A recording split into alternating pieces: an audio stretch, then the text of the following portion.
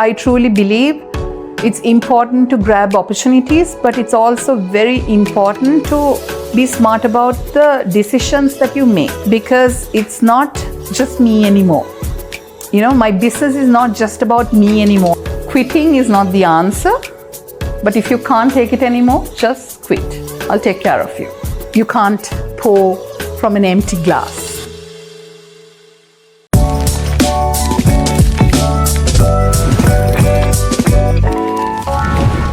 In an era that success is all that's spoken about, isn't it the right thing to do, which is to speak to people who've gone through a moment of not being successful but built their lives?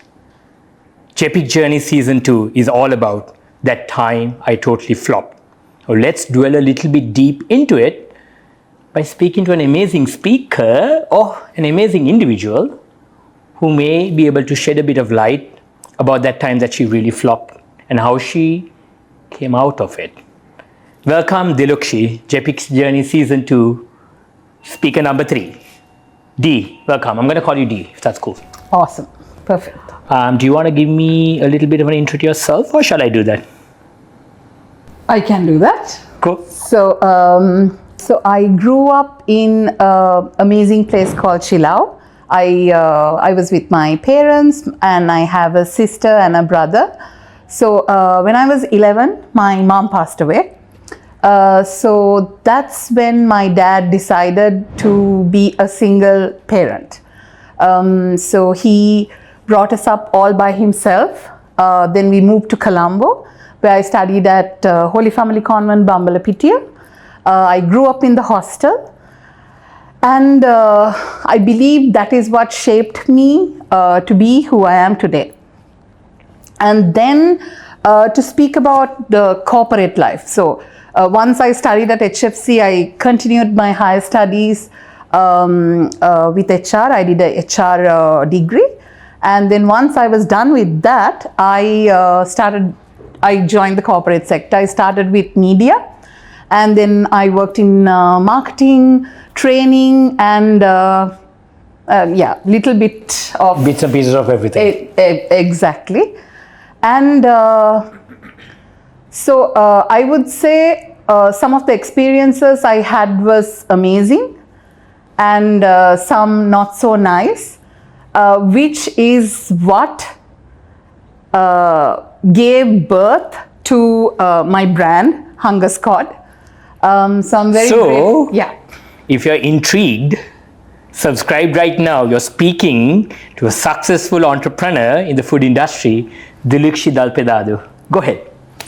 Yeah, so I'm very grateful for all the experiences that I had throughout my life, my personal experiences. It's not easy growing up without a mom, not easy growing up with a male figure only, but... Hold on, you are a middle child, right? No, I'm the eldest. Oh, you're the eldest, okay. Yeah. We've had this banter going on about middle children being treated different, because I'm a middle child, and then the eldest being treated differently, so continue. Yeah, Keen to know.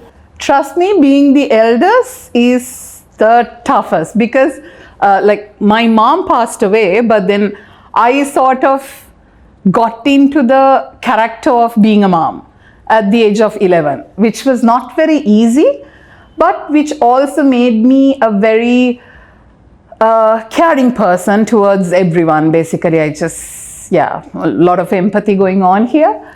So so I'm very grateful for the experiences, which has not been very easy, but those experiences shaped me to be who I am personally and professionally.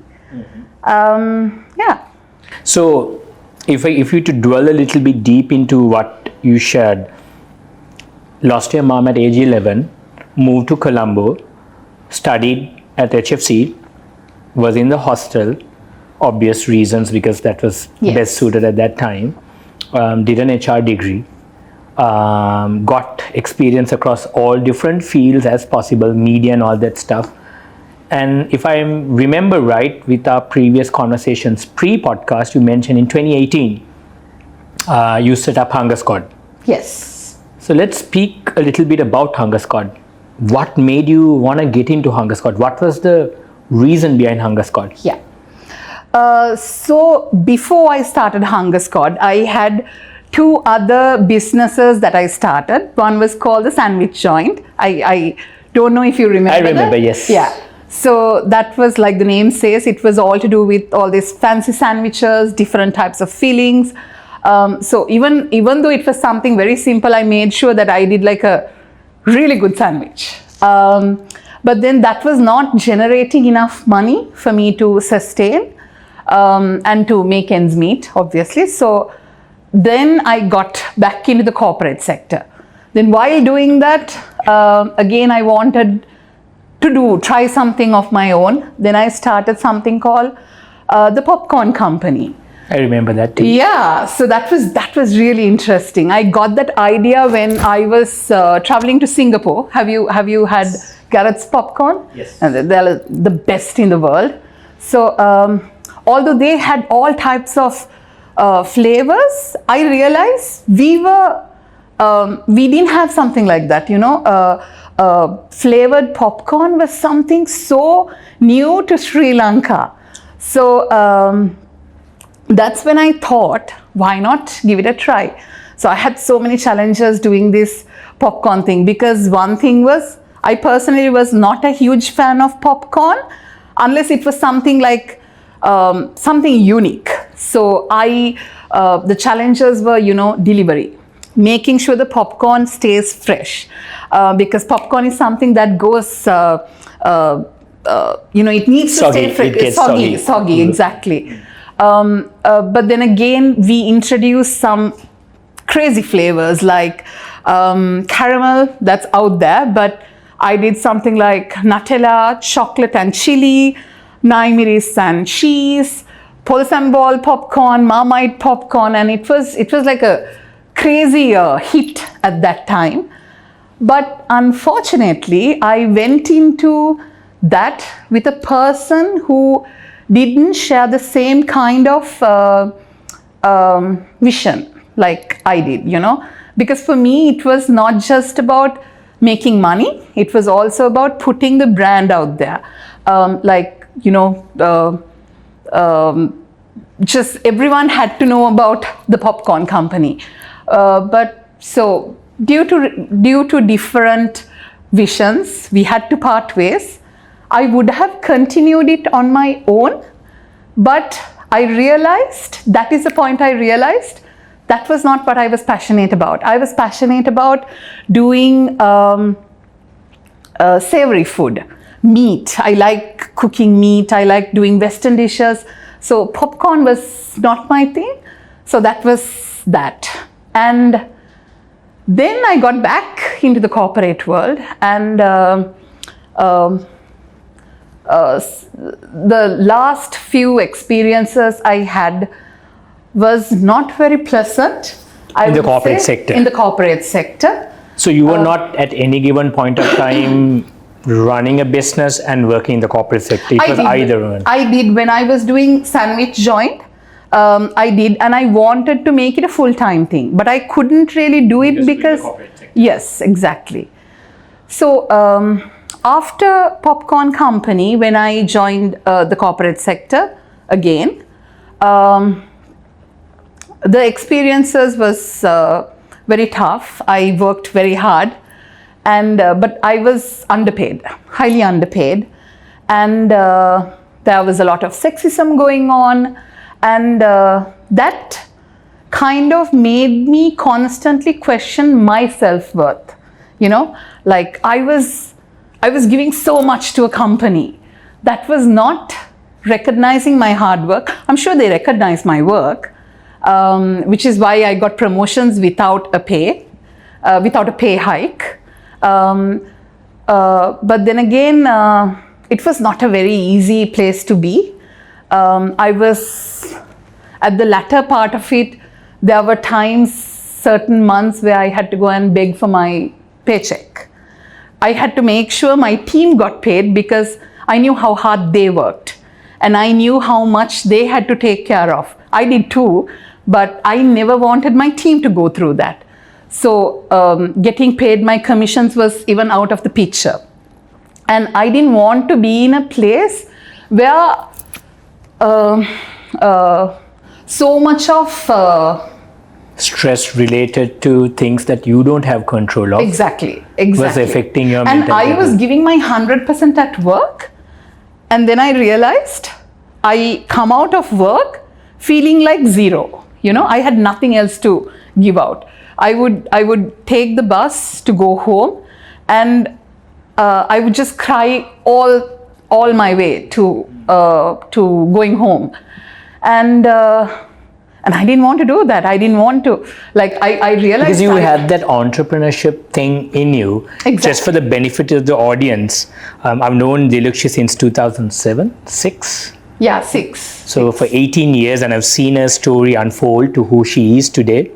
And you've always carried that need to be an entrepreneur, have your own thing. You've been I think people called you the boss lady because you wanted to have that in you. And then when you have that drive in you, and I'm pretty sure as an entrepreneur, when you have that drive, when you work somewhere, you sort of take it personal and you contribute. And it would have been tough. I'm sure audience following us today would have had similar experience or having similar experiences.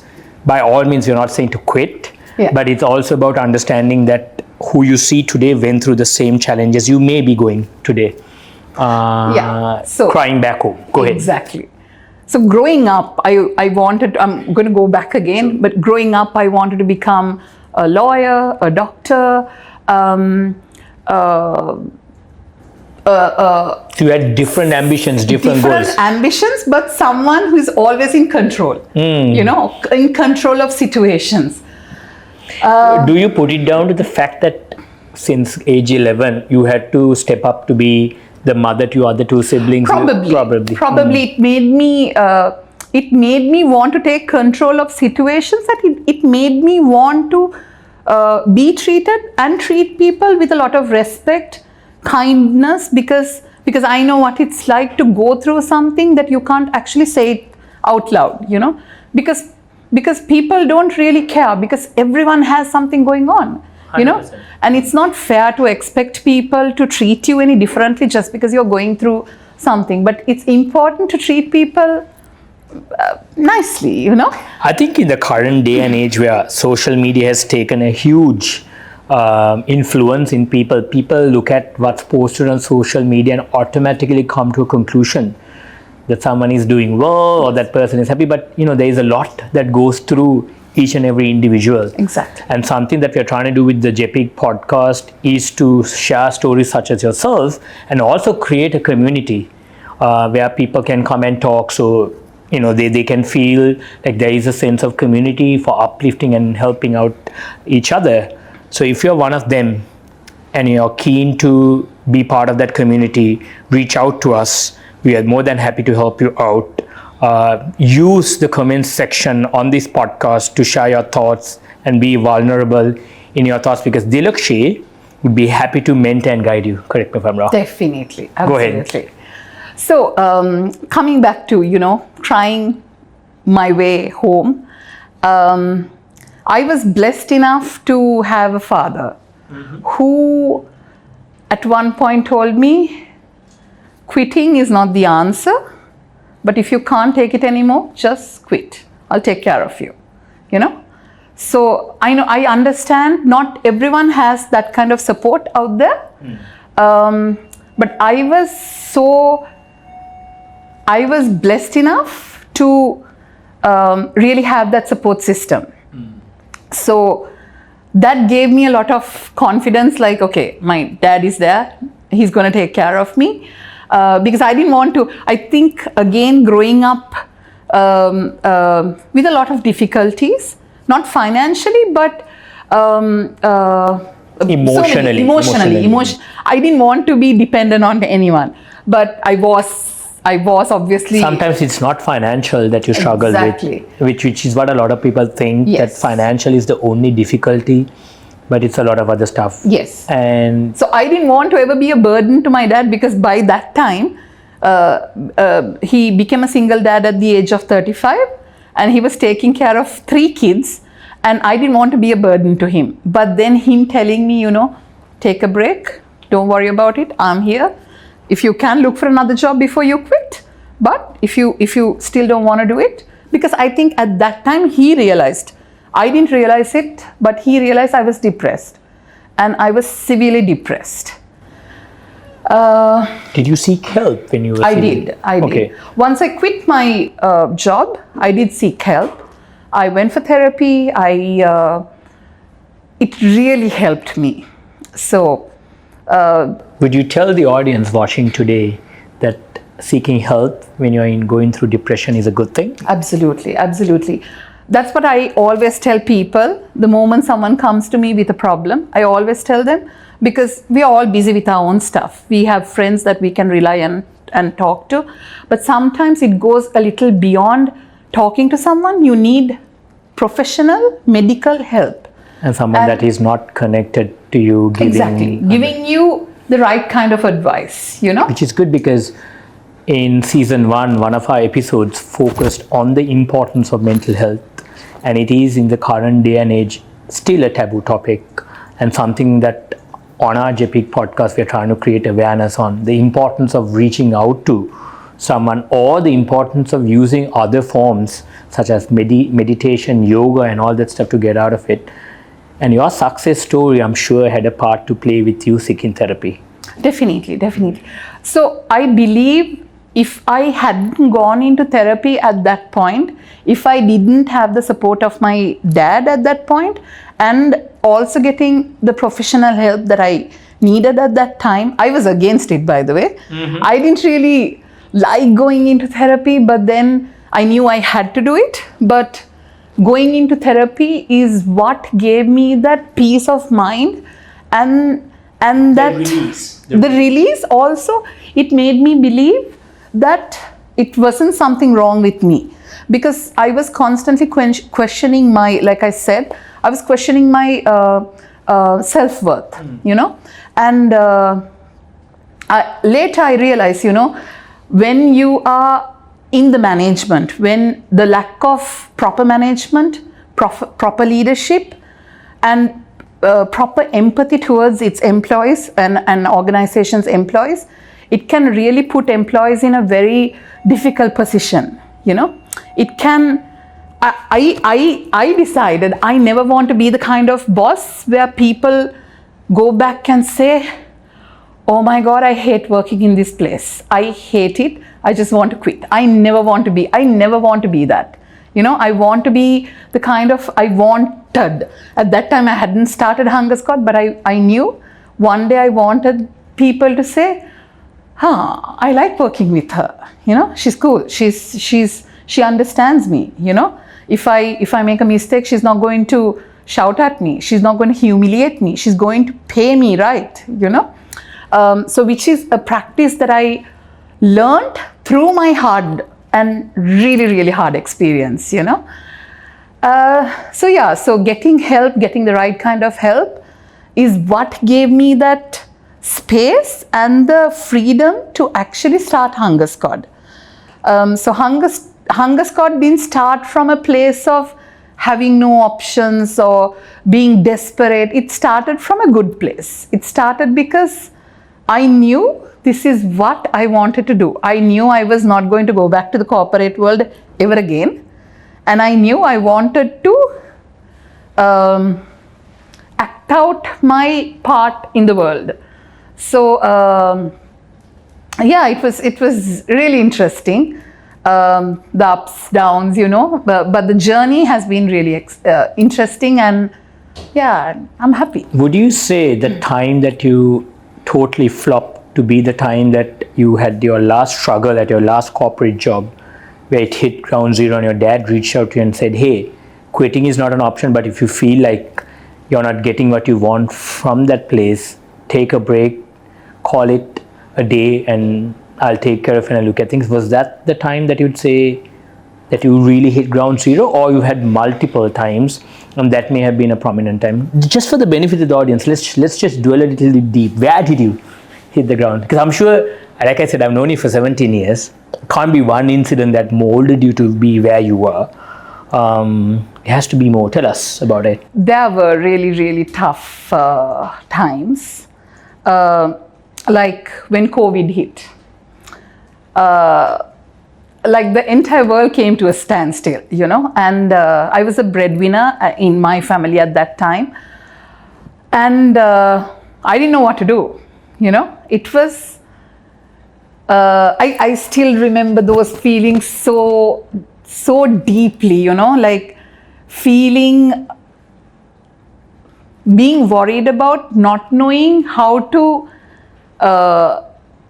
pay the electricity bill, or we didn't have gas, you know. And you were running hunger squad at this time. And my business was doing really well at this point. I remember. And then suddenly it stopped, you know. And my dad couldn't work, my brother couldn't work, and it was really bad. It was really, really bad.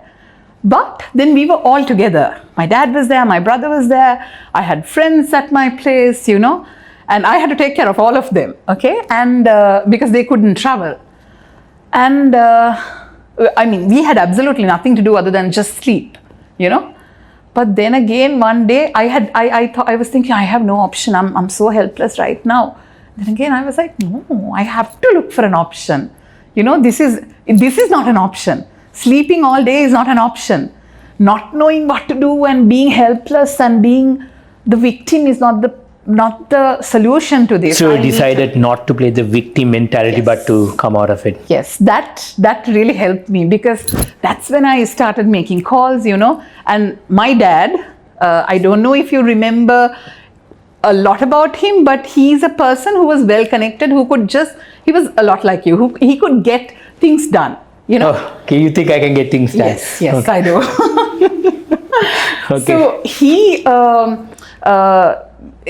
when I just had to tell him, okay, Daddy, we've got to do this, you know. I need you to get me a curfew pass. I need you to get me all the approvals needed. Within 2 days, he got the approvals. We started delivering. So the sorting out the supply chain was really tough, you know. I remember you giving me a call too. Yeah. For gas. Yes, I did. Just for the benefit of the audience, around the same time I was running Kothu Labs, and we'd exchange information to help each other's business. I know I was not much of a help, but I still remember us talking with each other and trying to figure things out. We did. So, and that was the time I think people really wanted Kothu, because I think people couldn't go to the street side kade, because and people were addicted to having Kothu at least once a week, you know. And so that is when I actually capitalized on an opportunity that was given, you know. When I decided I'm going to do it, I made a lot of money, but more than the money, looking back at it, I understand that I also managed to do a huge service, because I had a huge customer base who was based overseas, who couldn't send money to their parents, who couldn't order in or do anything basically. But I have customers who was pregnant during the COVID time who still order from me for their kids' birthdays. You know, they're like, you're the person who fed my kid when he was inside my tummy, you know. So that makes me feel so good, you know. It was not just about the money. Yes, I needed the money to feed my family, but I was also helping other people, you know. And through all this, I had my dad. So if you would ask me, what you asked me was, what was that the toughest time? That was one of the toughest times. It was. It was. But was that really the toughest time? Yeah. So then 3 years ago, my dad passed away. And this is the first time I'm actually talking about it like this. But yeah, I guess that was having that foundation, having that person that you reached out to. I still can't come to terms with it. I can't put it into words because my dad was my everything. He was not just the man that raised me. He was also the person that believed in me. He was that person who gave me this confidence. My dad was never the kind of person who said, you need to get married when you're 25 and do this, do that, you know. He always told me, be financially independent. Don't depend on anyone. When things are supposed to happen, it will happen. Believe in God and do good. That's it, you know. So until I lost my dad, like, you know, all children and parents, they have their arguments, they have their you know, no, I don't like the way you think and all that, you know. You have that. It's normal. It's normal. But And just so you're listening in, these kind of things are normal, having those normal. arguments. It's quite normal. I used to fight with Perfectly my dad normal. every single day. I remember. Yeah. But also that point when I lost him, which is something he always said, you will know my worth only when I am no more. So I don't think he meant it that way. I don't think he meant it, and Yeah. I also don't think he realized that he was going to go so soon. And I obviously thought I'm going to have a lifetime with him. So when my dad passed away, that was In 2021. yes, August. that was 3rd of August, and it still gives me the chills, you know. Unexplainable. That feeling of actually being all alone, you know, all alone, because until you have your parents, you don't realize that you're never going to be alone, you know. It's only when you have your parents. Until you have your parents, you're never, ever going to be alone, because your parents are always going to be there. So I felt extremely lonely. Even though you had 2 siblings. Yes, I had so many friends, you know.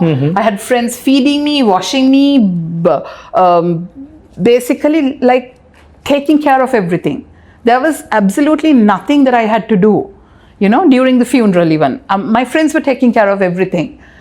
But then after the funeral, I remember, I think about 1 week after the funeral, I was on the floor crying. Not crying actually, I wasn't crying, but I was having this huge ache in my heart. And all that kept going in my head was, okay, I'm going to die and my brother is going to be alone. And because my sister lives in Singapore, and that was so much of stress on me. And I immediately went to a doctor, and then I was like, I'm having a heart attack, you know. And then the doctor was like, okay, I don't think you're having a heart attack, but let's get this stuff done. So we did a ECG, we did so many tests, and he was like, you're not having a heart attack, you're all right. And I was like, no, I'm having this pain that, you know, it's all over my body, you know, and I'm in so much of pain, I can't take it up. Then the doctor was like, did you have any did you go through something recently? And I was like, no, not really. My dad just passed away, you know.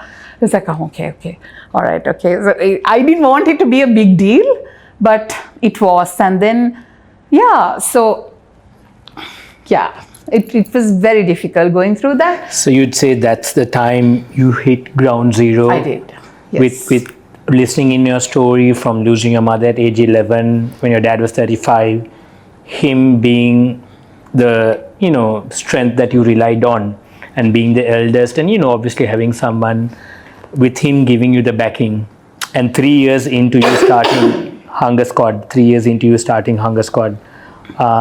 him passing away so suddenly.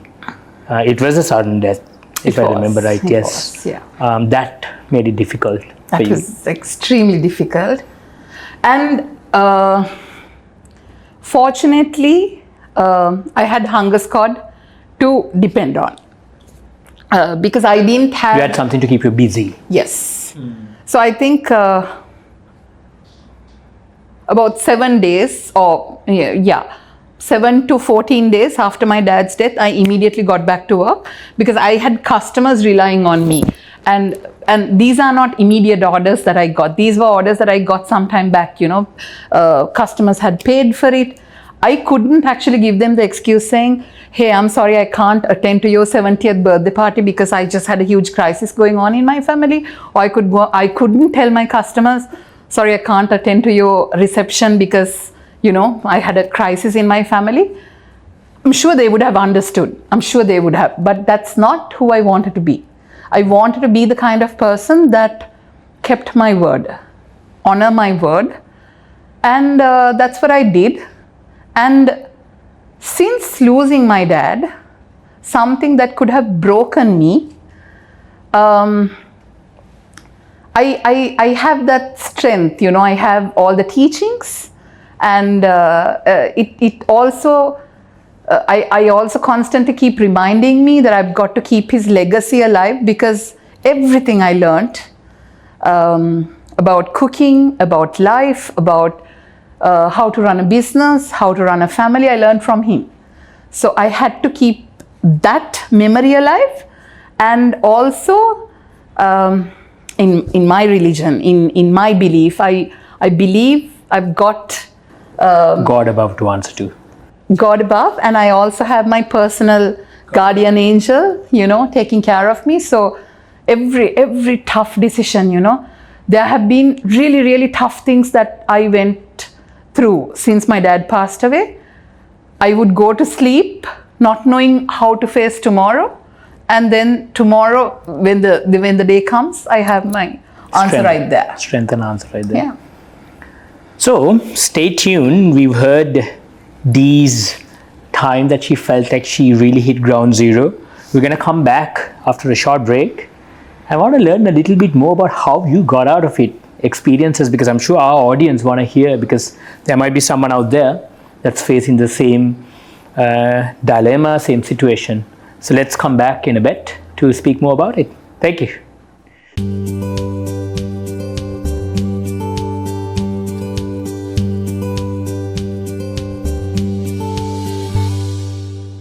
Death of a close member is something we all struggle with. We here at GP know what it is like, because we just recently suffered a loss. Coming out of it must have been really tough. Tell us, how did you come out of it? I'm not really sure if I have still come out of it, because grief is something that you constantly live with. It's like I read something beautiful very recently. Grief is like a pin that you have in your pocket. You go about your day and suddenly it pricks and it starts coming back all over again.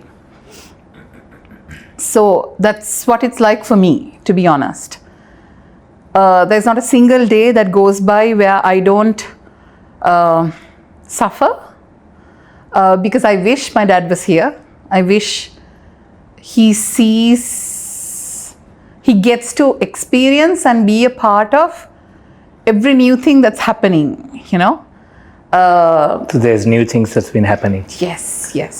We're going to hear all that today. Yes.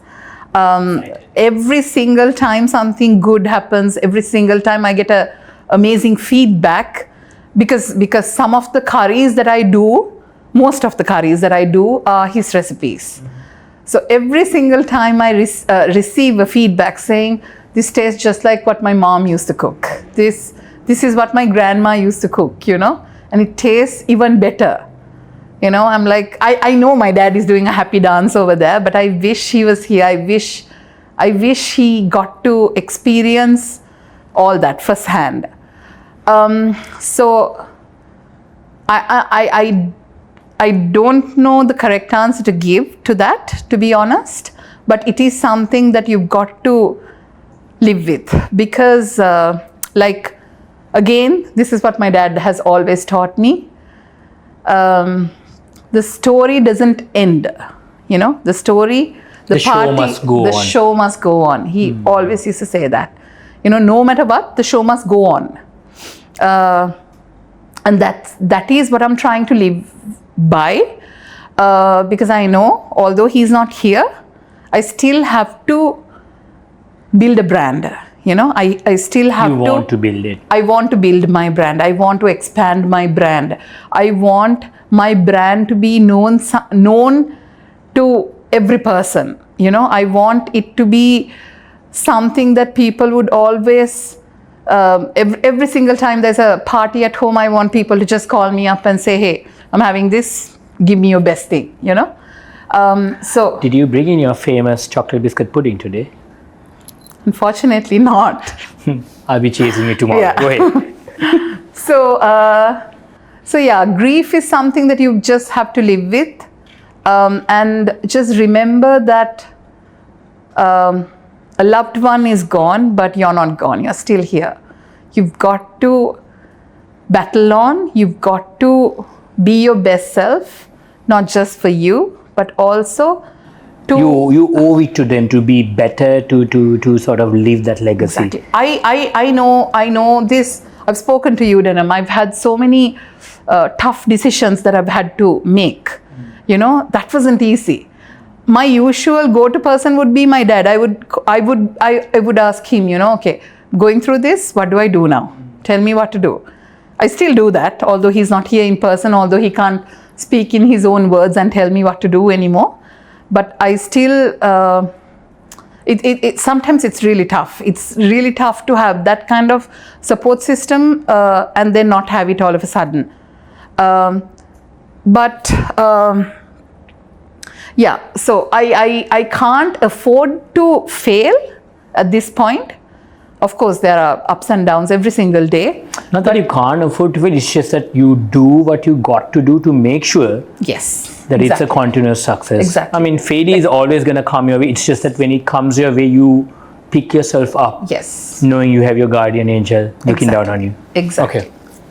That's interesting, because that's something we at GP can live by too whenever we feel down and out. So thanks for sharing that. Continue. Yeah, so you just have to keep living on. You just have to be your best, do your best, and make sure the one above is proud of you. When they look back at you, they're proud of what you've achieved without them, and to know that whatever they've built here is being used, is being put to good use. So tell us Dee, from growing up to building up Hungerscott to where it is now, how have you overcome all those challenges? Yes, you spoke about the moment that you could name as of today as the most challenging moment, but I'm sure there's a lot that was leading up to it. And after that challenging moment, how you came about it. Speak a bit about that so the audience here can know your story and can take inspiration, because that's what our GEPic podcast is all about. That time I totally flopped, to speak about people who similar to someone out there who's listening in, being like, hey, I'm here right now, I've listened to this person is here right now, so I have that chance, that opportunity to get there. So you got to tell us. I mean, we need to do a little bit deep. Tell us. So it's been really tough building a brand from scratch. Was really tough. So you had your father throughout the first 3 years of building it. I did. And tell us about when your dad was alive and kicking. Yes. How it was. So Hungerscott, when I started off, I actually wanted to focus only on Western dishes, like doing things like lasagna, doing things like shepherd's pie, pot pies, kidney and steak pie, things that we only used to eat during Christmas time, or a special event. But I wanted to make this something very normal, something that you would have on a Sunday with your family. But then once I started doing the deliveries, because at that time, Pick Me, Uber was not existing. It was not existing, So I was not, because I never came from the social media marketing background. I learned everything from scratch. I read about it. it was all just a trial and run. You didn't do any degrees or any qualifications, nothing. It was Nothing. So it's an important lesson for people out there. You don't need a paper qualification. You don't need to have all this taught to you. You could do it by Trust yourself. me, I consider myself to be the biggest example when it comes to this thing. There's nothing you can't do, I had a basic phone. Like, if you go through my page, on Instagram, on Facebook, you'll see the quality of the pictures. It used to be pretty bad now looking back, but at that time I thought, damn, I'm doing a really good job at it, I used to think I take the best pictures out there. It might have been horrible back then, it might be horrible right now, but back then I used to think there's no one better than me, But there is also something to be learned, and I'm going to share that with the audience today. You could have the best picture on social media, but you're not going to have that repeat customer if the quality of your food is not good, which is something you Exactly. were always passionate about. You never did want to compromise. No. And that's something you always told me came from your dad. Yes. So you had that foundation. Exactly. So, see, if a customer comes to me and tells me, of course, I will always try to stay within their budget. But if someone comes and tells me I want these things and I want it at 800 rupees, if it's something I can't do, I won't do it. Because I believe word of mouth is important. Is really important. I cannot, just an example, if I use a piece of chicken thigh, I'm not going to go and put a drumlet, because I don't want someone to go and say, the food is good, but the piece of chicken is very small. I don't want that, So I try to maintain the quality. I try to keep the same quantity, because those I find is very important. So coming back to the social media, I didn't know how to do a caption. I didn't know what hashtags was. I had no clue I didn't know how to make a logo. But I learned it by myself. But you trademarked your logo today. Yes, I did. Thanks to you. You pushed me for it. So that was a huge deal for me. Seeing that R, until I got it, until I saw it, I didn't realize the value of it. So all thanks to you for pushing me to do that. Yeah, Dee and I go back, like I mentioned, we've shared a lot of insights into the food industry. So we bounce off ideas. I've learned a lot from you, but go ahead. Yeah, so I learned everything, from scratch. Photo editing, on how to write a caption, like a proper caption. You have your own blog now. I have my own blog now. Which is interesting. You should read up. Yeah. Where can they find it? Maybe we can mention the... Yeah, we'll have it on the comments section so you could sort of refer to it. Yeah, so now I love writing, So this was not something that came to me very naturally, I guess it was in me, which is why I can, write beautifully. But at that time... You used to read quite a lot. I still do. Yes. Reading is my getaway. Escape. Each person has its own escape. I love it. Yeah. So back then I had no clue on what I was doing actually, but I was consistent. So consistent, I believe, is the key to everything.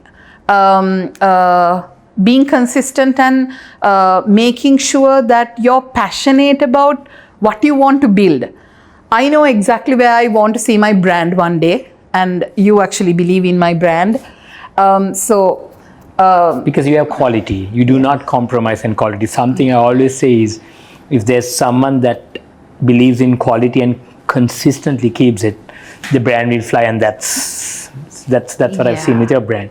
You got to tell us more. What was it that went into it? You're not telling us, Dee. I'm gonna open you up a little bit more. The audience needs to hear it. Yeah. So it was like the delivery was done by my dad. I used to accompany him whenever possible. So you lost your main person of delivery in 2021. Yes, okay, that's interesting. Yes. But by that time, Pick Me was It there. was not easy to get onto it, but no. Yes. But Pick Me was there.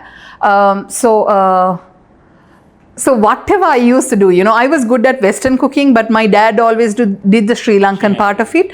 That again, I got into the whole Sri Lankan thing because there was a demand for it. Doing string hoppers with curries and all that, that was something you used to get in a roadside shop. It was not done by a home-based business. But I made it a thing, I believe I made it a thing because I don't believe it was out there at that point. So it was a very interesting journey of learning, trials, so many times that I've messed up orders. There was this one time, I've got to talk about it. This is something I've always spoken about. There was this one time I had to make egg boats for an order. And I totally messed up the entire order. And I had a huge panic attack because I wouldn't call it a panic attack, but I was panicking really badly because I didn't know what to do. Everything was just breaking off, and then my dad was trying to help me out, my brother was trying to help me out. I was like, no, I don't need anyone's help, I'm going to figure it out myself. I managed to, I think about 1.5 hours later, I managed to just brush off and somehow do it, and the customer liked it, but I wasn't happy with it. But I made sure I watched all the videos out there at that time that was available on YouTube on how to pipe the egg board mixture. I made at least a good 80 egg boards since then, continuously for about a month. I practiced, and now I make like really like egg boat is something I do like. I'm going to taste it. I'm going to taste it very soon. So it wasn't easy. So many trials, so many errors. But that's all what happened when you started Hunger Squad. But there is still a lot more that led you to that point. There was a lot of rejection with our conversations that we've spoken about. A lot of people out there saying, no, this is not something you could do. This is not you. I mean, they call you boss lady for a reason. Tell us, what was all that about? So when I think before Hunger Squad, after Hunger Squad, currently, something as much as I have a huge support system in family, friends, customers, there are also people who constantly keep questioning me. Mm-hmm.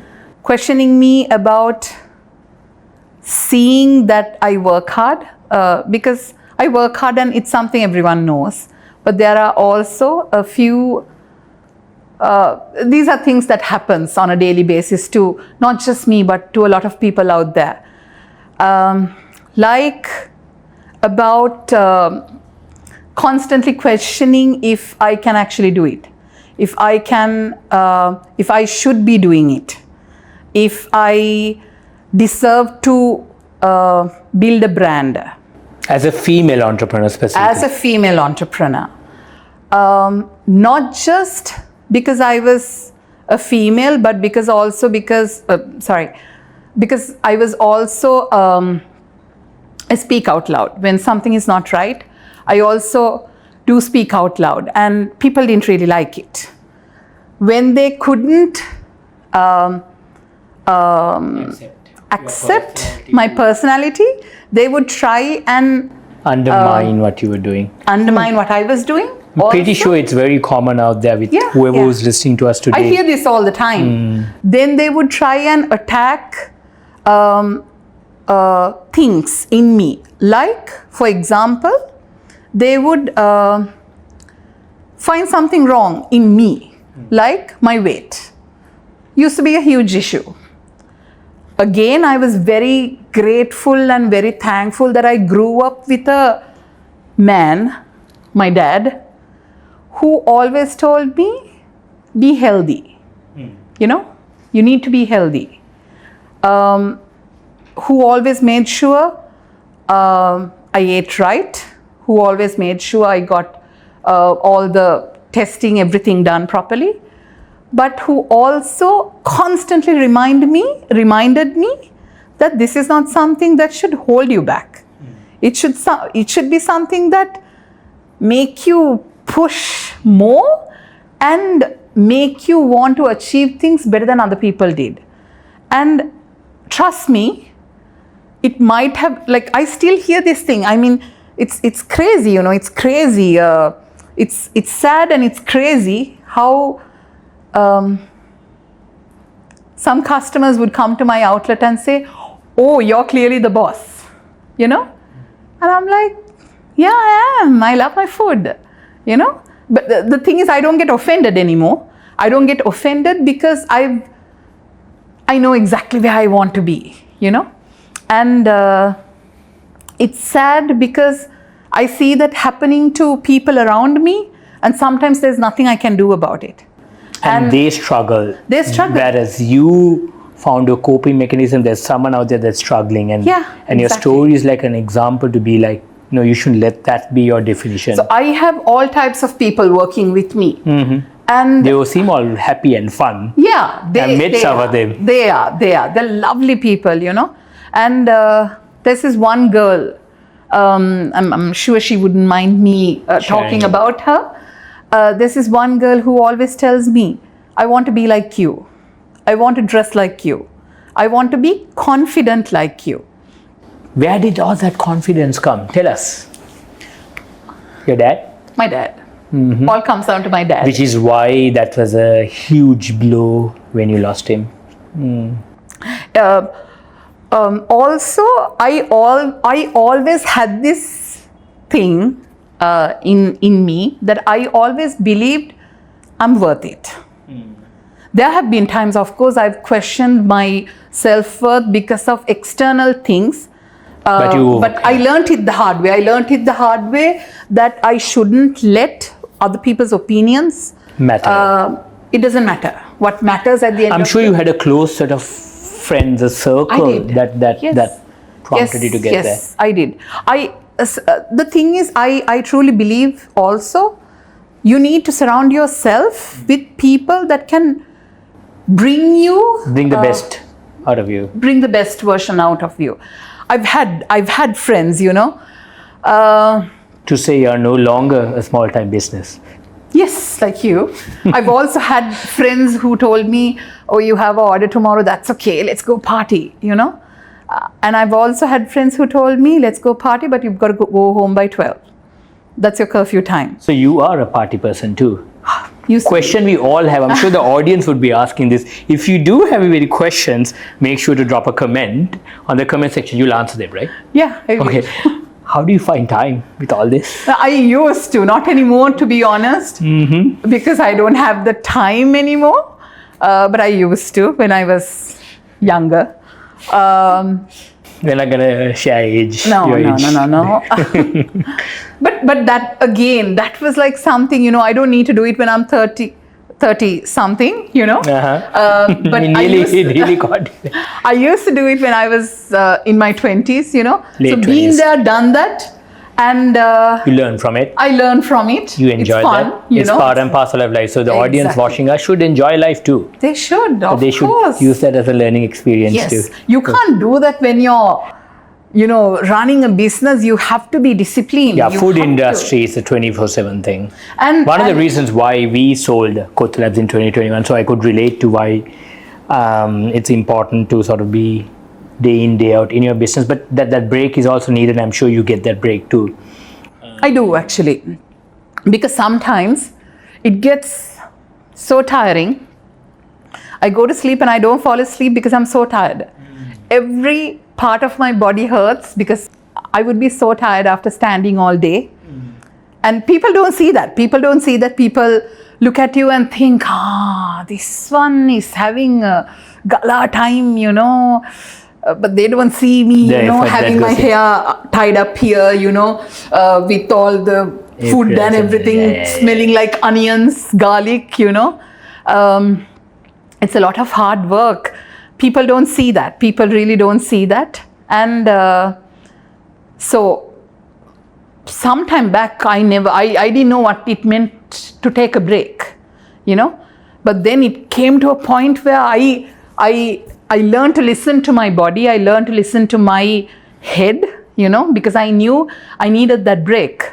It took a very long, like even up to date, I would watch a movie for like a week, because I don't have the time to sit and enjoy a movie. Breaks are important too. Breaks are very important. It helps you reflect on how you could do better. Sometimes when your mind is always running, you can't really improve on your business. And you sort of learn. And now I've developed my business to a place where I have a really good team who can take care of things when I'm not around. Which they're doing right now, at this very moment. At this very moment, So yeah, something I learned for myself is I need to take that break. I need to take that break so that I can do better. I need to do better. I need to give my 100%, but I can't do that. I can't give out my 100% if I'm just drained. You can't pour from an empty glass. Very true. Yes. Something I can relate to. The importance of taking a break. Yeah.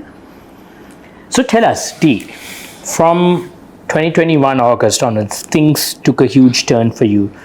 We are here in 2024 December. It's not like your business has become stagnant. You've grown immensely from 2021. I mean, I've seen your story and that's what inspired me to be, hey Dee, you got to come on our podcast, share your story. Tell us the growth and how you come to where you are today. Yeah. So early this year, I opened my very first outlet in Peta. So when it was a home-based business. It was a home-based business. And you had 20,000 plus followers on Instagram, Facebook, sort of close to that number? Yeah, somewhere around, 25K followers. You were a home-based business. So people thought you had a fully fledged operational outlet, but you never did have one. I never did. All of what you got was from a dinky kitchen. I used to cook for business. I used to cook for corporates, weddings, parties, birthday parties, whatnot, just from my home kitchen. That's it. But early this year, I opened my very first outlet. So I opened it with a bang. I was so emotional. Because I wish my dad was there, number one. And I'm sure he was happy. He was dancing up there. Yeah. And also because it was my hard work. That was, like finally seeing my name board out there and having it on Google Maps, little things. It meant so much to me. Paper articles started going off, and people would just come looking for like, oh, Hungerscott finally has an outlet, and the food was amazing. People loved it. But unfortunately, I had to shut it down. 4 months into the operation. So another failure in your road to success or working towards success. Yes. It's like this was my thought process behind it. The moment I took a stepping stone into expanding my business, I had to shut it down. That was really tough, Denham. I've spoken to you in length about this. It was so tough, and I felt like such a failure because although I opened it with a bang, I felt like, no, I can't shut this down because I can't afford to have another failure. I need to somehow make this work. And it took me about a good 1 month to really analyze, work on the numbers, and I had to come to the conclusion you can't maintain a place, maintain something that was not generating revenue. I think that's one of the struggles I'm sure our audience out there must be having. They start a business with a bang. There's just so much in this era of social media. And then when you shut something down, there's always that mojo or she started with a bang or he started with a bang, but he shut it down. But you took that bold move to be like, hey, you know what? It's fine. I'm going to come out strong. I'm going to share my story. And I'm pretty sure 2021 August, when it hit you hard and when you had to build things up, that played a huge role to be like, no, my dad told me. And something that we want to bring out is sometimes failures, they say failures are the pillars of success. Yes. You'd face the most detrimental moment in your life when you lost your dad. And this is nothing compared to that. Yes. Because you knew you had it in you to come out of it. So tell us. I remember once I told you, doesn't seem good, I don't feel good closing this down. I felt like a failure. And you told me this one thing, it's important to know when to pull out. It's important to know. So that's what I did. Having to answer to people, because I had to safeguard the stakeholders, brand name. Keeping a place that was not generating revenue only meant I would have to incur more debt. I didn't want to do that. Because I had a bigger plan for my brand. My brand deserved better. So I felt like a personal failure, but also looking back at it, when I got out of that emotional state and looked at it in a rational manner, logically, in a boss girl way. I like it you said that you boss girl. Okay, continue. So that's when I realized, it was nothing wrong with me or my product. Brand. Yes. Or the product that I was giving out. I knew my food was top notch at that point. Sometimes it's just certain things don't work. Yeah, it doesn't. And sometimes there is not even a logical reason. I learned a lot from it. The learning has been humongous. I learned that I should have done thorough research. I thought I was doing my research right, but I should have done my research on the footfall. I should have known about the surrounding area, about the location. I should have studied more about it. So I learned a lot. And I know I'm never going to make the same mistake again. It was a very, very tough call to make, but I had to do it just because I believed in my brand, because I know my brand deserves way better than what it was going through at that time. So then immediately I opened an outlet at Marine Drive, which is doing well. Yeah, people are walking in, they love it. Congratulations. Yes, I'm happy. My staff is happy, because at one point in PETA, my staff was really demotivated, because there weren't customers coming in. And staff mattered to you. Staff mattered.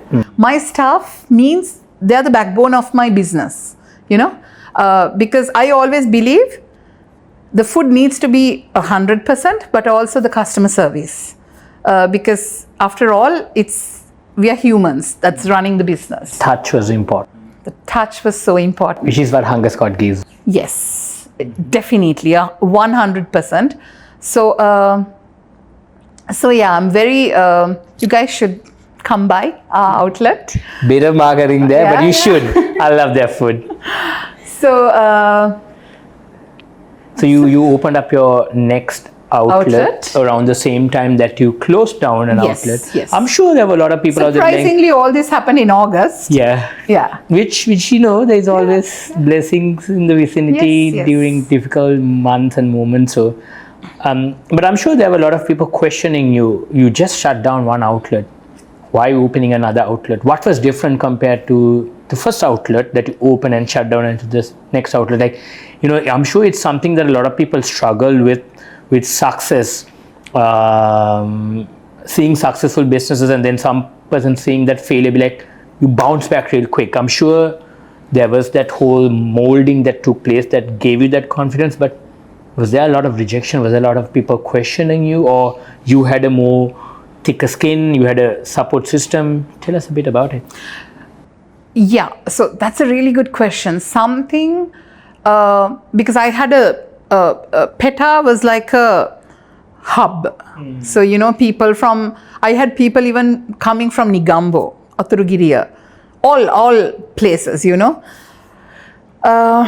Something everyone used to, those customers still came to Marine Drive, but they also constantly kept asking me, why did you shut that place down?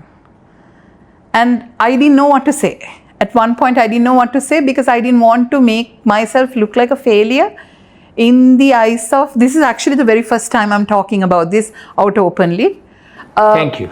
Yes, I felt it was important because sometimes, when that question came out, I would just brush it off and change the topic because I genuinely didn't want someone to think, oh, you weren't doing well. I didn't want that. I didn't want anyone to feel sorry for us. I didn't want anyone to know, that we couldn't sustain that. But then when I came to that realization, it wasn't the brand, it was an issue with the location. So that now I'm actually okay. I'm actually okay to actually talk about it openly, and because now I understand failures can happen. But market research is the most important thing. So now I understand. Now I understand that failures do happen, can happen at any point. You can start with a bang, but still, if it's not meant to be, if it's not the right time, if it's not the right place, there's something better out there for you always. True, that's good to hear. So, what's in store for Hunger Squad in months to come by? If you're cool to share it. Yeah. So, hopefully, very soon, next year, I want to have a restaurant. Carefully thought of, all market research done. All done. So I want You're to have taking your time now. I'm taking my time. You don't want to rush into things. You want to slowly settle in.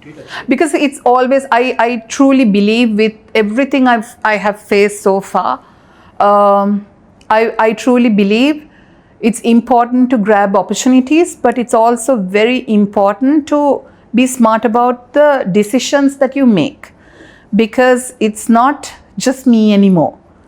My business is not just about me anymore. I can't, when I wake up in the morning, if I feel like, oh, this is a good idea, let me do that, I can't just do that anymore. Because it's no longer a fun thing. Yeah. It's more of a serious nature. It's been like that for some time, but now you have more purpose to it. Hunger Squad was my baby, is my baby, but now it's growing. And I've got to see through to the next level to and leave that legacy. I want it to be the brand that I've always envisioned for it. That is, consistency, authenticity, and just true to its name, just be very a brand that people can actually enjoy with their families. Yeah. So it's a lot of perseverance, a lot of learning, and knowing when to sort of call it a day or call your shots. It's a lot of combination of a lot of things. I'm sure all that was based on that, experience structure that you got through. Very interesting, because when we come back after a short break, we're going to have two more joining us on this conversation. Two people that is part of GEPic that was inspired by you. They wanted to work under you. Now it tells me why they wanted to work under you, because they love the way you manage the stuff. So let's get them to join in, and then we'll have a more casual conversation. We'll be back. So we all have that passion that we're all driven with, but then the practical side of it is a totally different story. And I'm sure there's a lot of people out there having the whole goal of wanting to start a food business, and that's what they're passionate about. But let's speak a bit about that practicality. And I've got two of GEPic's own staff joining in who has that passion, but sort of trying to find the practical side of things in the whole food industry. You know the two of them, right? Yes, I do. They've had conversations with you. Yes. I think one of the things, listening to what you shared in terms of your story, is the fact that we are all at some point passionate about things. When we had the season 1 shot, we had several episodes focused on passion to purpose, to work culture, and what you want to do. Our very first episode was about career development and taking the first step, the second step, and then the third step. There were a lot of things that we spoke about.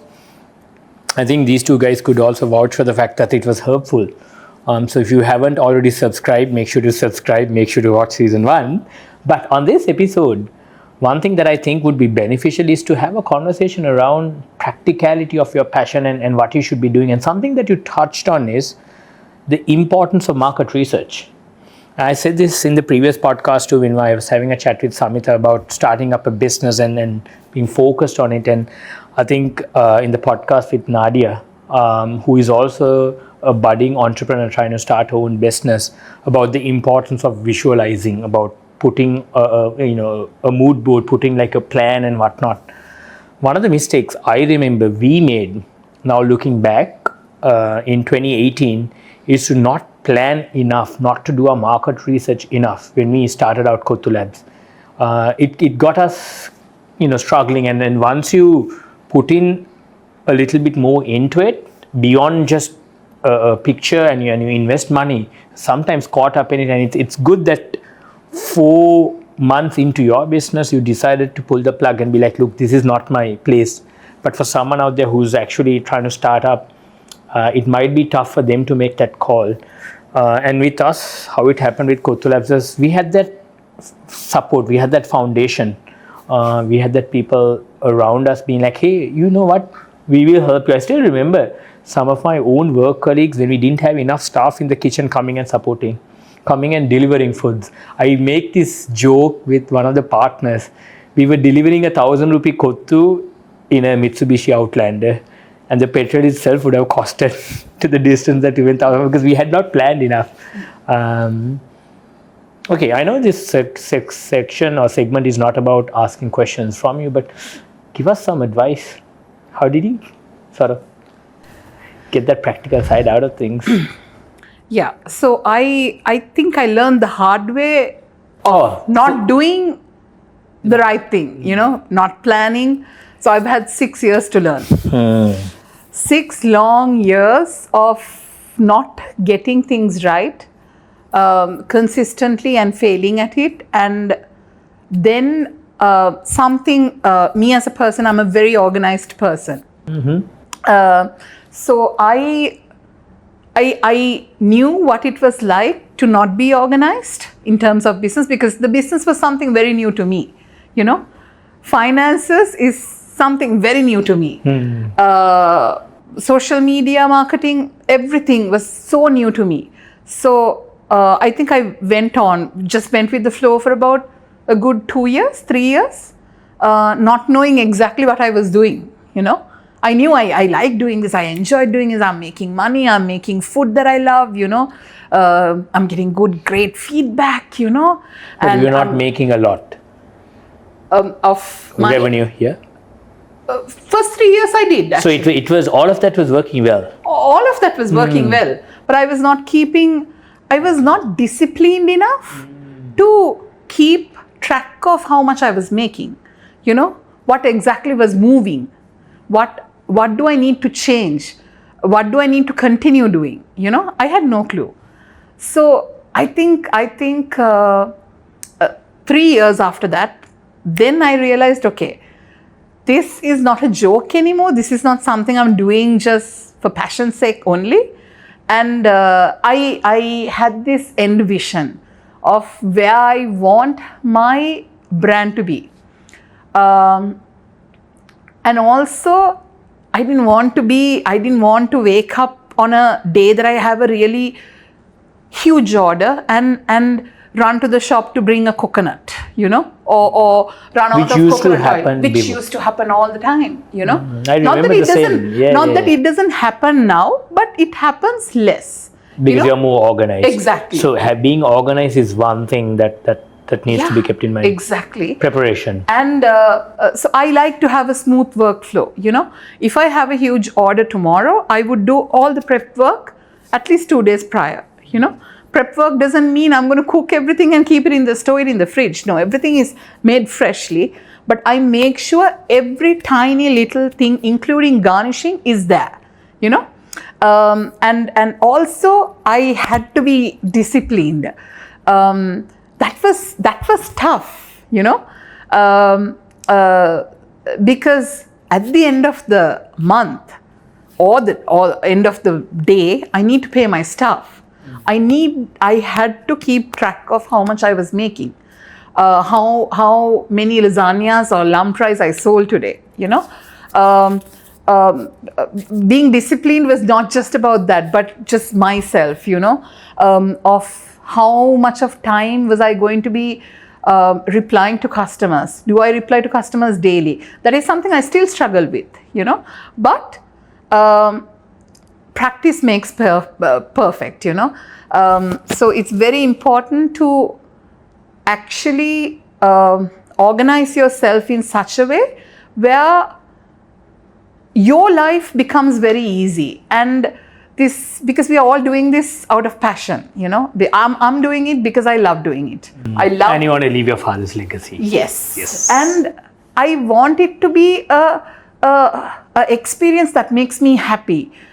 So if I'm unorganized, if I am all over the place, if my head is all over the place, it's going to affect, it's a chain. It's going to affect my staff, it's going to affect my customers, it's going to delay delivery. Something I completely am against is delaying deliveries. I make sure deliveries are always on time. It makes me very unhappy. And getting the order correct. Yes, getting the order correct. I remember how annoyed you were. Yeah, just one day it was messed up and I was not personally there. Things like that happens rarely, but then when it happens, it makes me very uncomfortable because I built a brand and I want people to respect me and my brand and people around me for that, So I just like things to happen in a very smooth, effortlessly good way. So you'd say being organized, prepared, disciplined is what's important. Yeah, and definitely being consistent with what you do. What do you guys think?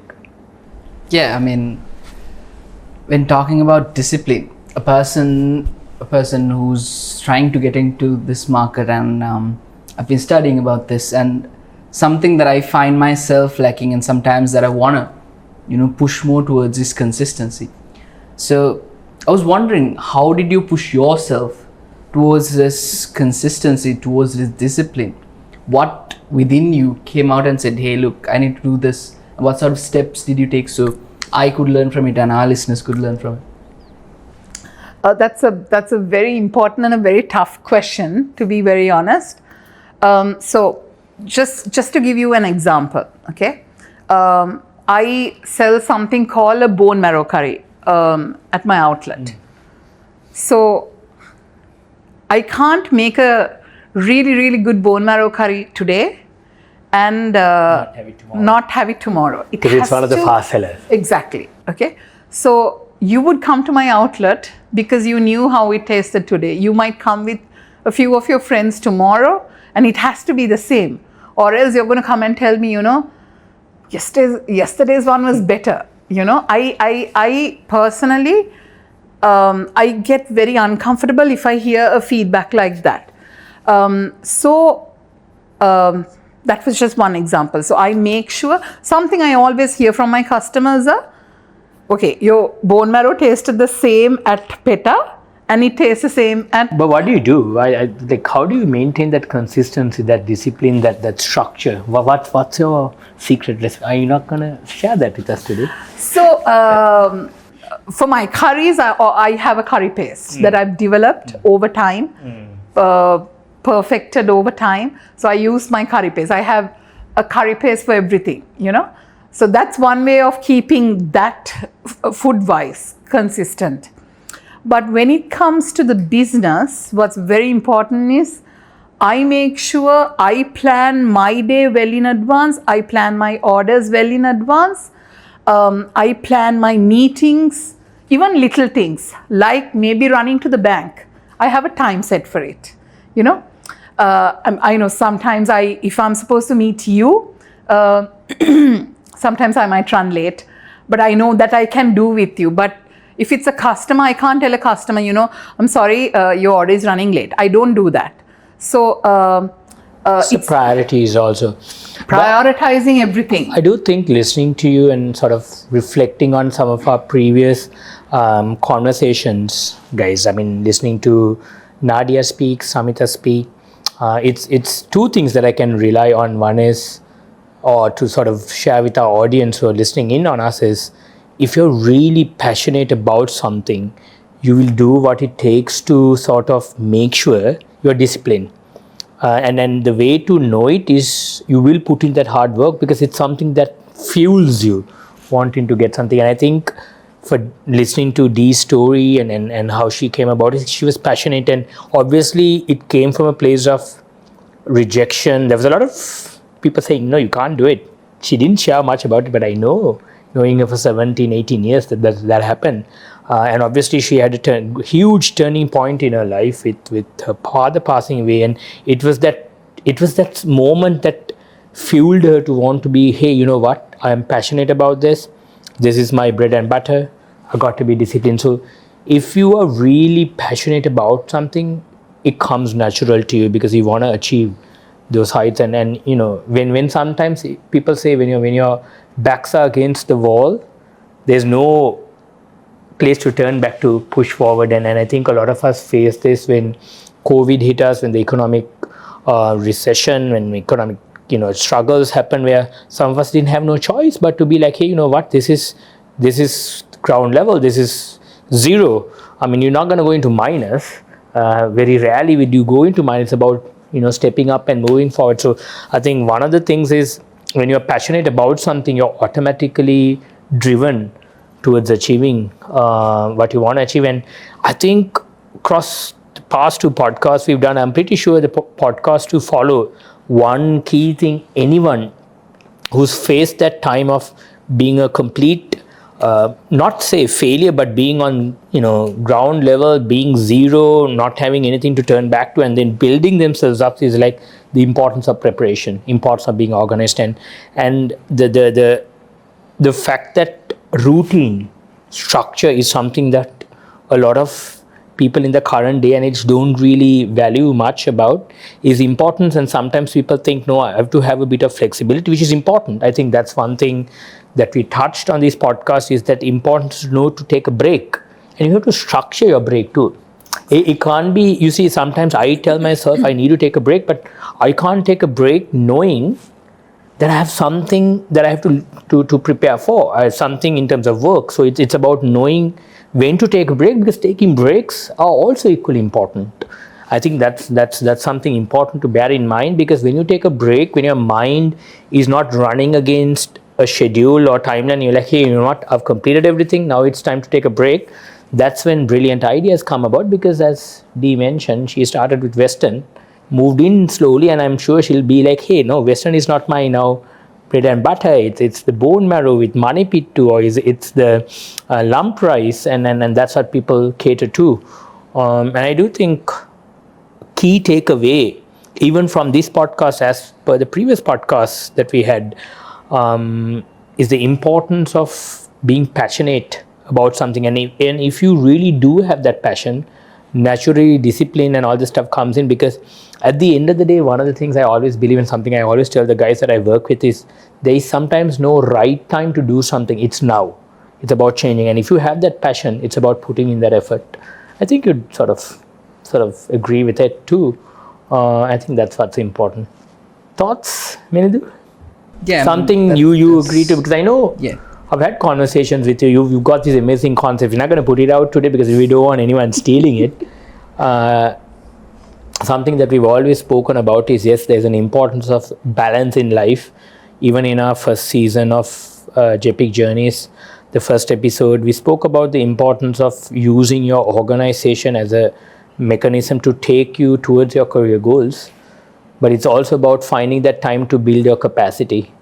I think that's important. So if you're truly passionate about, in my opinion, D, you could correct me if I'm wrong, as a successful entrepreneur in the food industry, if you're truly passionate about something, I think it's about really figuring it out. Are you really passionate about it? Because then time is not a problem, because you'll find the time. But it also comes with a bit of maturity. You need to have that learning. Dee didn't just start her business. She had 2 businesses before, make no mistake. Sandwich joint that she loved, popcorn thing. It's two brilliant ideas. But obviously those were stepping stones for her to learn. And I'm sure, Gio, you could vouch for it, because you had something almost 8 to 12 months ago that you started in the form of Selvi Delights, which sort of has been stagnant due to various reasons, but you haven't lost passion on it. Yeah? Absolutely. Speak a bit about it. Like, do you want to add a bit to what we shared? Yeah, of course. Thank you, Denham. I think I would love to start with saying I really, really love the way that you are so passionate, and the way you speak about your brand, and it's just coming from your heart. And like Denham said, there was lots of things that we spoke on our previous season, and especially the season 1, this episode 10, where it says beyond the paycheck. It's all about how organizations' culture should cater to their employees, and what you shared about how you take care of your staff is so inspiring, because that's exactly what we do at GEP, and what I really want to do if I start one day. And it's also about how lovely to see that you're so positive about your weight, and that's not an easy thing to do. And yeah, like I connect a lot with you when you said you're the eldest daughter and you cannot like let go, and you need She's the eldest daughter in the family, and she had to do the same in somewhat way. Yeah, so I just related to a lot of things, and it was really inspiring. And like Denham said, how I got started with Selvi Spot Delight thanks to you. And then of course it got stopped at some point, but I think I would definitely restart it. I do have ideas for it. So hearing Dilukshi's talk inspired. Yeah, I did. You inspired one person already. If you have one of them out there, put your name in the comment section. Yeah. So you have a follower base, and hey, I listened to Dilukshi's story. Are we inspired? Is that making you happy? Absolutely. Very sorry, continue. No, that's true. Actually, I am really inspired. I really want to start again, just because listening to you inspired me a lot. Follow up with us 6 months from now. And one thing that kept popping in my mind is that you did say that you wanted to have that control, right? But then I also heard you say that now you're in a position to say, okay, my staff are in a better position to handle it without you. And it was very difficult for me, because I was dependent on some people that were helping me with Service Spotlight, and it had to stop because I had to depend on someone. And how did you like let go of it and come to a point where you thought, okay, it's fine, I'm going to let other people do it for me while I'm going to supervise it? That's how you improve and expand your brand. Delegation, I suppose. Yes, exactly. You haven't let go of it.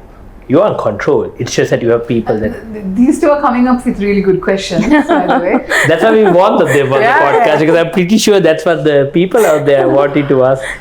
Cool. Yeah. How do you do it? Tell us. That again is a very tough question, and I even to date, even though they are really well trained, I find it hard to completely let go. You can never really completely let go. No, you can't. Because as a business owner, you shouldn't really completely let go. That's been my thought process, but I'll let you tell your... So when I started Hunger Squad, it was just me and my dad, who used to help me with grocery shopping. Oh, your brother was not involved? He was not, because he was always doing something else. He was doing something of his own. My brother only joined the business early this year, actually. Yeah. So until then, it was a one-woman show with the help of her father, That's why losing your father was a huge thing. It was huge. Okay. So I did everything from shopping, cleaning, chopping, washing, mopping the kitchen, to doing my social media marketing, to speaking to customers, going on deliveries, everything I did. So I know there's nothing anyone could teach me about how to cook something, how to clean something. Like, I know it, I've done it. So that was the training I gave my staff. Of course, at the very beginning, because I had an experience where I had someone working for me and she stole all my recipes and she went and started her own thing. Even at that point, I found it, I felt very sad for that person, because she could have done something better. You don't need to undercut somebody else to do something of your own. That is something I always tell my staff, because I've always given my staff the freedom. If you want to do something of your own, do it better than me. Don't try to replicate what I do. Do something that you're good at. Don't do it just because you think Hunger Squad is making enough money with this, so let me also do the same thing. I said, the moment you try to do what someone else does, that's the moment you fail. So I've always given them the freedom. If you want to go, do something of your own, It's interesting. I'm going to hold you. That's the reason why we started this GEPic podcast. When we were actually starting out, a lot of people said, hey, there's a lot of podcasts out there. We're like, no, we're going to do something a little bit different. We want to do a podcast with people who are not at that stage of success, but working there, but has stories that we can all relate to. And that's why we thought it'll have a better attraction. And that's why we are shooting this today. Yeah. So it's not about, in a way, we took cue from you also with what you shared. Anyway, go ahead. Yeah. So coming back to your question, it's not very easy to completely let go. So supervising. So what I do is I always have every morning I have a 5-minute recap on what they should do, what each person's task is. So I'm very happy and very humbled. I had humbled beginnings. I don't have a fallback plan. Hunger Squad is everything for me. So I need to make sure that it's a brand that holds to that values, that humble beginnings. So I always make sure I have these 5-minute recaps about what they're going to do, what their plan is today. Each person has a task at hand. Although I started as a one-woman show, now I have about 8 staff members. Amazing. So yeah, it's not easy handling a staff. You would know.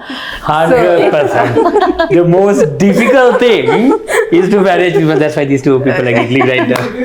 But then, if you're passionate about it, if you love, and like you said, you want to give what's best because you've experienced at some point being treated indifferently or not going the way you want to make it right, and that's based on that when you started. So it's sometimes, even though it's tough sometimes to reach out to, especially that age group that we're trying to target with this podcast, it is rewarding. I don't want them to hold and it against me. also sometimes I think running a business, we forget that we need help. Delegation is important. Delegation is so important. But you can't delegate without knowing the task. And that's what you said very correctly, like with what you shared, saying when you started out, you did A to Z. It's not like someone else came and said, hey, this is how you do X, Y, Z, because you knew everything. Exactly. And something that I personally think, if you are passionate about something and if you want to start something, you need to know the ins and out of your business. Exactly.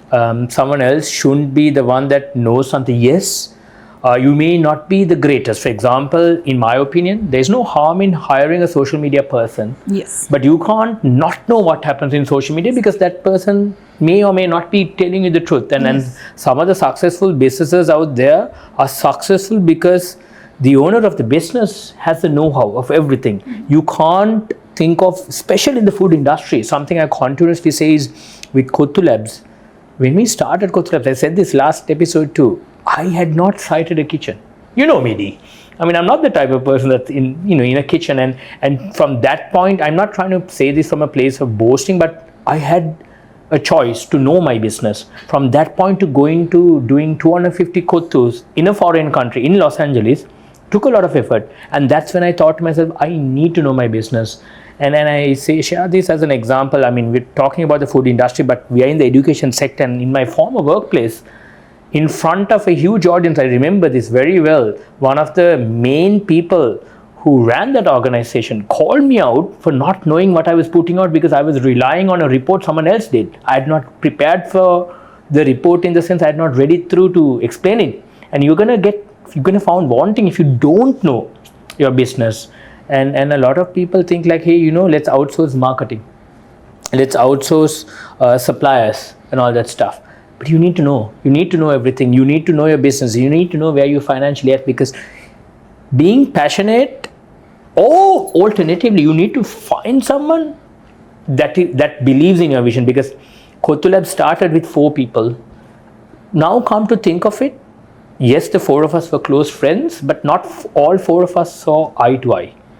And that may be one of the reasons why we didn't continue, because I don't want to say that was the main reason, but it's important. And when you shared about the fact that you ran this popcorn business, and the owner who worked with you, or who was a co-owner, didn't see or share the same vision, sometimes becomes difficult. And I think one of the learnings is, like you said, Gio, even with the people that's working with you, if they're not working, sometimes you have that fear, if I let go of that person, can I run it? Sometimes you're better off, in my opinion, to let go of that person and to start small until you're confident and comfortable that you know everything, because that can make or break your business. So I think, I know I hijacked your conversation, but 2 things I'd say, and I'll let you continue, D, is the importance of knowing it. Know your business A to Z, and that's something you'd vouch for. Number 2 is also knowing to let go of certain people when you know they are not right for your business, even though there is a fear, okay, how am I gonna get through tomorrow? There's been multiple times that happened at Kottu Labs. And when you actually learn everything, the tendency for the staff to really make it difficult for you is very less, and the opportunities are very little. Like, for example, if I take the education sector, if I always say this to you guys, like tomorrow, even if some of you guys choose to move elsewhere or don't like what you do here, it's not like the company will shut down, because I want to make sure I know everything. I'm inside out about everything. And same thing with the food industry, because up until I learned how to make kottu, which was our main dish, there were a lot of people, sort of making it difficult. But as soon as I learned the recipe, and as soon as people knew, the owners knew the business, they knew that they couldn't have that bargaining power. And I think that's very important. So I have something to add to that. An experience I think might be important that I had just yesterday. So I had to let go of an employee who worked with me for 2 years. Amazing performer. I mean, she was the only person who could replicate something exactly the way I do. She would do exactly what I want. But she up to date is the best performer I've ever had since I started Hunger Squad. But attitude wise, it was 0, So it came to a point where that was becoming a stress, an unwanted stress that I was not willing to tolerate anymore. And so the moment she realized I was letting her go, then she started saying, you can't do this without me, you need me. I was like, I don't need you. I don't need anyone. I started this with my own bare hands, I know the struggles that went behind it. So I don't want anyone telling me I can't run my business without them. So I think it's very important, or something that the audience out there should also know, is you could train a skill. yes, But one thing that's going to be tough is attitude. and ensuring that you have the right attitude and you recruit the people with the right attitude when you run a business is very important. You're going to always make a mistake of recruiting the wrong person. And I completely agree with you. Someone doesn't have the right attitude. The attitude means, look, I'm still learning. Yes. I'm still under someone's wings. I have to respect that someone. I have to be patient. Now, you just short while ago said if that very person was wanting to do her or his own thing, you would be more than happy. And that's something that's important as the audience out there to sort of keep in mind. If you want to do your own thing, you could do your own thing, but whilst you are under the care of someone, it's about showing that right attitude, because something I constantly tell, and I tell this to the guys at work, skills can always be developed, but attitude is something that's difficult. And I also think that comes from a place of insecurities, and that's not something we want to dwell deep into. Yes. But as someone that's running a business, it's always important to have that right person at the right place, and it's always important to be like, no, I started this business by myself, which also means you need to know your business inside out. So very important. And that confidence, but it doesn't matter. You go, I'm going to run it. I'm pretty sure you're now more determined to make sure that you make it. Yeah, it'll only mean that I have to work, I have to be in the kitchen for an extra hour, and I'm willing to do that. But with the wrong kind of attitude, that only means I can't hire more people,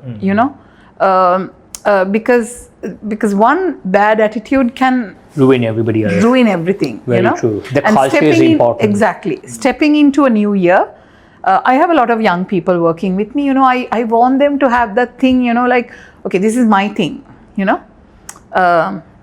we grow together. I want them to want to grow together, but also they should develop their own skills, not just this. I want them, something I always make sure is, if they have an off day, please don't call me. Have your off day.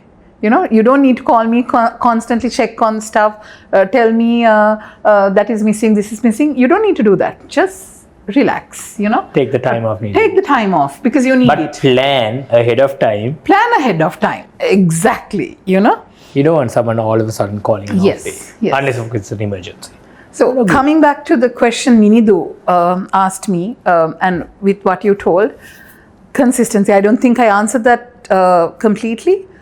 Denham answered that.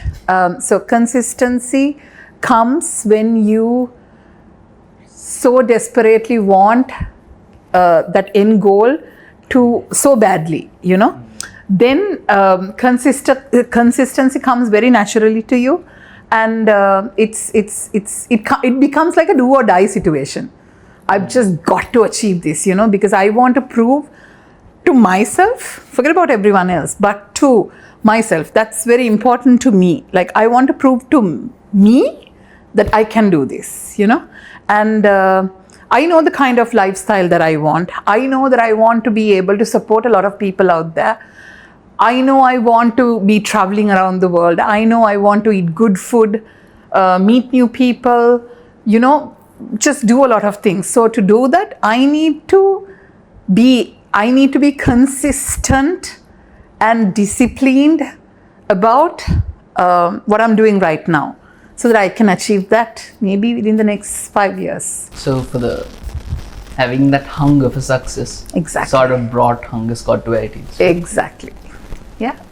Something that we can all take on. It's at the end of the day, we all do what we do to live some of those goals that we sort of dreamt and wanted to achieve, and it's sometimes very rewarding when you make something out of your own hands, when you build something, and that's what's paying to get you to where it is. It is a rewarding experience. It's a lot of effort, but it gives you that comfort. It gives you that positivity in yourself to be like, hey, I achieved something. I'm sure you felt that way too.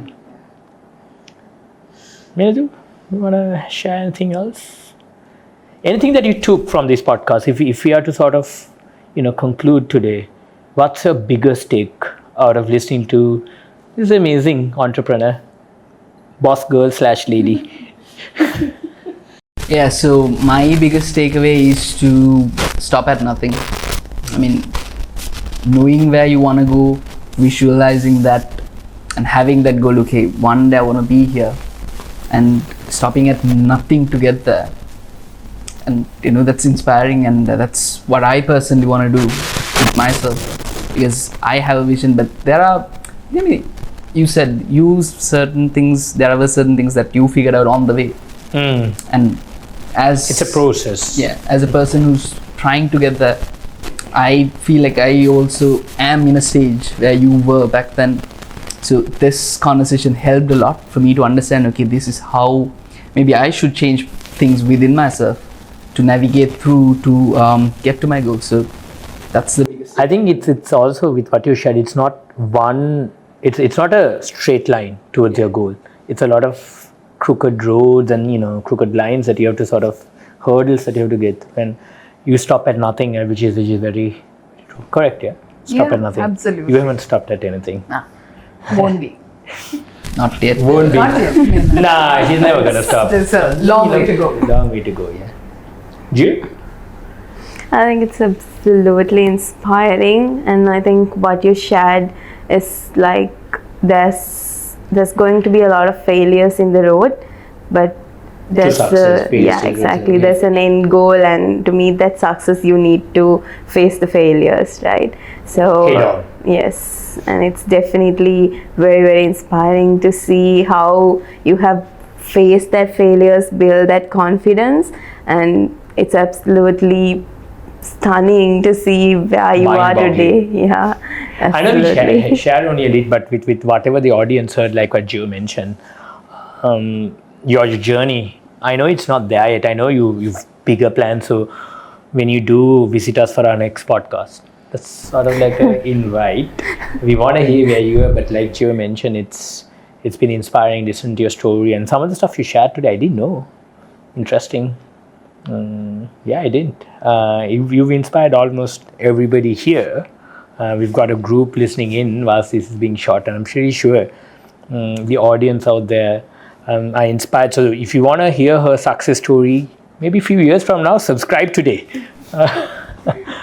Anything you took out of the podcast? Anything that made you sort of reflect? Because a lot of our speakers, when they come for this, they talk, and whilst talking, they sort of gather something that they want to do more. Anything you took out of it? So to be honest, I so far in my brand, I think it's been maybe once or twice I've actually spoken out loud. I've always liked to be behind the scene. But I've been watching your season 1 podcast, and I loved it. I loved the fact that it was very raw and very real and very easy, and you could connect with what's been said. So I'm so happy that I am able to be here, and some of the things that I shared today are not things that I've actually told out loud to anyone, or even to myself. Like there are things that you sometimes think, oh no, you shouldn't talk about this, it's just too much. But I'm happy that I got the platform to actually speak about things, because I believe those are very important. Those are really important for us as human beings, and for businesses out there, for bigger brands out there, to know that every little thing that they say, that they do, good or bad, can impact another person out there. So I've learned my lesson. I've taken something good out of it, and I'm building a brand that I could be proud of, and a lot of people out there could be proud of. Yeah. Thank you. I think to conclude, I started this podcast saying everybody speaks about success, but not a lot of people want to speak about their failures and what got them there. And something that I take out of this is every successful person has had a moment of failure, has had a moment of ground zero, has had a moment where I say I totally flopped here. Everybody has had it. There's no, I'd be surprised if you do find someone that hasn't flopped in their entire life, drop that name in the comment section. But everybody has had that moment of failure. And failures are common, failures are natural. It's about you building that support system, building that thicker skin, building the process, being organized, disciplined to come out of it. And that's my biggest take out of your story, which I still think is on only a bit of what you've gone through. I mean, there's so much that we could speak in 2 hours time, but during these 2 hours, what I've learned is you've had your struggles. You've had the biggest struggle ever, losing the main person in your life. But you survived 3 years and built it and opened up your first outlet to it being a failure, to opening up your second outlet and to dreaming what's next. I'm sure you're learning. So if you're out there and if you feel like you failed on something and you want to give up, now is not the time to give up, because all of the successful people have at one point failed in their lives. That's what GEPic Journey Season 2 is all about. Stay tuned for more of this. Subscribe, share your comments. As I mentioned, we are building a community to support each other. Join that community. Thank you for joining us today, Dee. It was a pleasure having you. Thank you, guys, sharing your insight. Shall come back again soon. Thank you for having me here. Bye.